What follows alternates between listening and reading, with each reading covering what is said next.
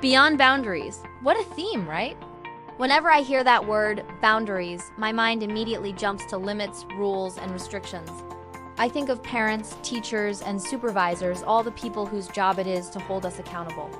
And let's be honest, that's not a bad thing. If you're anything like me, you sometimes need someone keeping an eye on you, just to make sure you actually follow through. But going beyond boundaries? That's something completely different.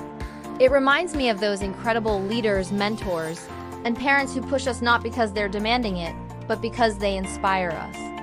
They're the people who make us want to go that extra mile, simply because we choose to, not because we're told to. So today, I want to dive into what research tells us about helping others and ourselves reach that incredible level of self-motivation. How can we truly feel empowered? And I'm not talking about the corporate buzzword version of empowerment, which usually just means do more with less. I mean that deep, personal feeling of empowerment when you genuinely believe you're capable and driven from within. If you want to know whether someone feels empowered, whether it's your child, a student, an employee, or even yourself, there are 3 questions that truly matter. These aren't just guesses or cliches. They come straight from solid psychological research, but they'll feel like common sense because deep down you've already lived them. The first question is, do you believe you can do it? The famous psychologist Albert Bandura called this self-efficacy. It's about having confidence in your own abilities. Do you have the skills, the time, the training to actually accomplish what's being asked of you? If the answer is yes, that's a fantastic start. The second question, do you believe the method will work? Bandura called this response efficacy. This is your confidence that the behavior you're about to perform will actually lead to the outcome you want. And this part requires education. We have to show people the evidence, the theory, or the proof that the process makes sense and is worth following. I just mentioned training and education. In school, we call everything education. But as soon as we enter the workplace, it suddenly becomes training. And we all know there's a huge difference. Real training means you try the behavior, you get feedback, and you improve through practice. It's incredibly powerful, which is probably why the phrase online training often feels like a contradiction in terms. You can't just watch, you have to do. And that brings us to the third crucial question, is it worth it? This one is all about motivation, about the consequences of your actions. B.F. Skinner, a pioneer in behaviorism, taught us that consequences are what shape our behavior. The great Dale Carnegie echoed this when he said that everything you've ever done from the day you were born was because you were trying to get something you wanted for doing it. If people truly believe the effort is worthwhile, motivation will naturally follow. Now, if the answer to all 3 of those questions is a resounding yes, something magical happens. You feel competent. You start to believe you're doing meaningful work, and that feeling is one of the strongest drivers of self-motivation known to humanity. When you feel competent, nobody has to babysit you. You push yourself. But for leaders, teachers, and parents, this presents a challenge. How do you help others feel competent? The key is through feedback, through recognition, by showing them the undeniable proof that they're improving and making progress.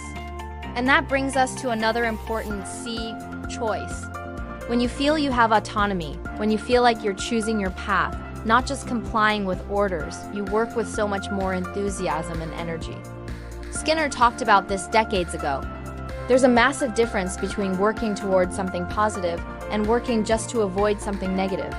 One feels empowering. The other feels controlling and suffocating. So the real question becomes, how do we help people become success seekers instead of failure avoiders? In my introductory psychology class, I often ask my students, how many of you are here just to avoid failing this course? And almost every single hand goes up. You hear it in their language. They say things like, I have to go to class, instead of, I get to go to class. They wake up to an alarm clock, not an opportunity clock. The brilliant psychologist Ellen Langer, in her book Mindfulness, pointed out that when people perceive they have a choice, they feel motivated. So take a moment right now to reflect on your own life. Notice the choices you actually have, even in situations that feel restrictive. Try to shift the way you talk both to others and to yourself from a mindset of avoiding failure to one of pursuing success. It's a game changer. The final essential C is community. Psychologists have long known that social support is absolutely crucial for our well-being. When people feel connected, valued, and supported by others, they're not only happier, they're far more motivated. There is a wonderful poem by Valerie Cox called The Cookie Thief that illustrates this perfectly. The story goes like this.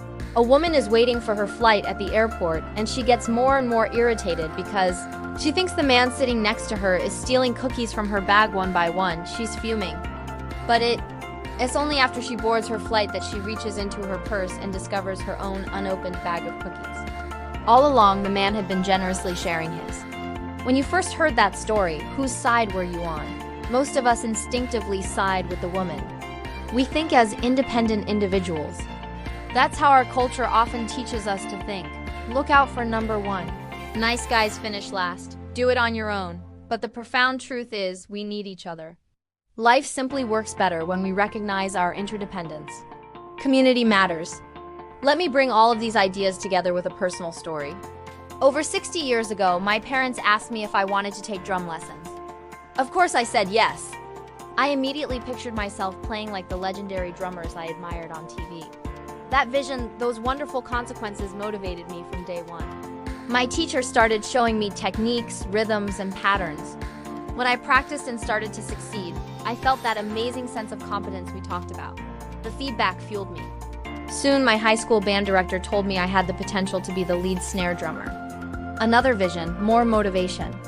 But then I hit a wall, the drum roll. I just couldn't do it. I tried week after week and nothing. Frustration started to set in, then apathy. I was experiencing what psychologists call learned helplessness. I started saying, I can't do it. And like many well-meaning adults, my teacher insisted, never say can't, but it was too late. In my mind, I had already given up. Then, a different teacher told me something that changed everything. He said, when something feels overwhelming, break it down into smaller pieces. He showed me that a complex drum roll is simply 2 alternating strokes, a simple dad and mama pattern, repeated quickly. Suddenly, it clicked. I practiced that simple pattern, mastered it, and the next week I showed my original teacher. He was stunned. In that moment, I had taught him something he had forgotten. There's a powerful lesson there. We can always learn from each other. It takes humility to accept guidance and courage to speak up when we can help.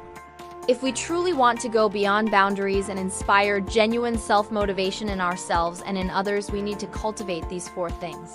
A feeling of competence, a clear understanding of the consequences, a powerful sense of choice, and a supportive community. Because in the end, we're all in this together. We need one another. Thanks for watching.